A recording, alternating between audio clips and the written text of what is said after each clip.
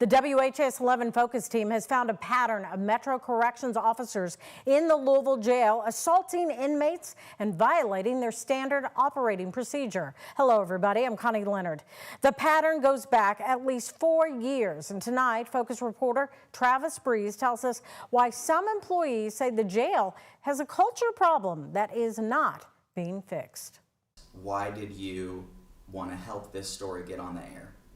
We're supposed to identify problems and point them out. And when our leadership doesn't recognize those issues, what are we supposed to do? What's the next step? A current Metro Louisville jail officer agreeing to speak anonymously about the issues he sees in LMDC. On September 24th, 2024, Officer David Fulner was escorting inmate Dante Williams into a holding cell in handcuffs. We obtained this video from a source within the jail. As he's about to close the door, Williams appears to spit in Fulner's direction. 2 investigative documents obtained through an open records request confirm the spitting. Although you can see Fulner is just inches away from closing the door, he enters the cell and throws Williams against the back wall. What do you see wrong in that video? You had a clear path to exit. You didn't have to re-enter the cell. As the video continues, Williams spits again. Fulner starts punching him and leaning down on his back. They stand up, and the pair crashes into the other side of the cell. Fulner gains control and holds Williams in an arm lock position until help arrives. Use of force incidents that occur where an individual is restrained are rare. And I think that's why this was so concerning to officers. In the PSU investigation, Fulner said his goal was to secure Williams's handcuffs to the back bench. The report says Williams was uninjured and refused medical treatment. The jail confirmed body camera of the incident does exist, but has not released it. The video we have from a camera in the cell matches several details in the investigation. The investigation says Fulner violated both the Employee Code of Conduct and use of force policies. A jail spokesperson says Fulner was never placed on administrative leave, he's still working there, and a final decision on his discipline is still pending. They should be using de-escalation tactics first. We also showed the video to Leonard Vair, who has served as an expert witness in 140 plus cases involving prisons or jails and has over 26 years experience working in correctional facilities.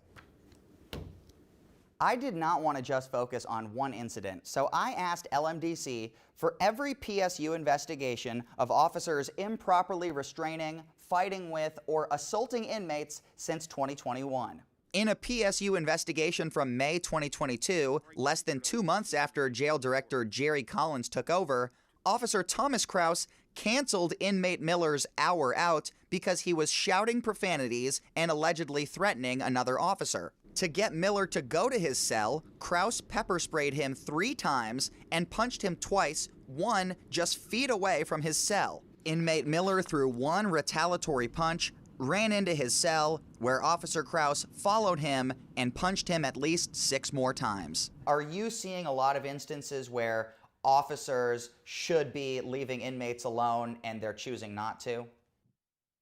Yes. The report says Miller's face, quote, was in disarray, but without any bruising. Officer Kraus was suspended for 5 days. I first asked the jail spokesperson for an interview with Chief Jerry Collins about officers assaulting inmates, staffing issues, and more on February 26th. They never gave me a clear answer and instead answered questions over email on April 16th, just 1 day before our story was set to air. In response to officers engaging with inmates when they should leave them alone, like Leonard Vair said, Major Jason Logsdon wrote in part, quote, "Officers are required to make split-second decisions in rapidly evolving and unpredictable situations. LMDC officers undergo more training than any other corrections officers in the state of Kentucky. In total, I reviewed 17 investigations from 2021 to 2024 where officers violated their standard operating procedure when restraining an inmate. That's 1 every 3 months." The total numbers itself isn't the concerning issue for me.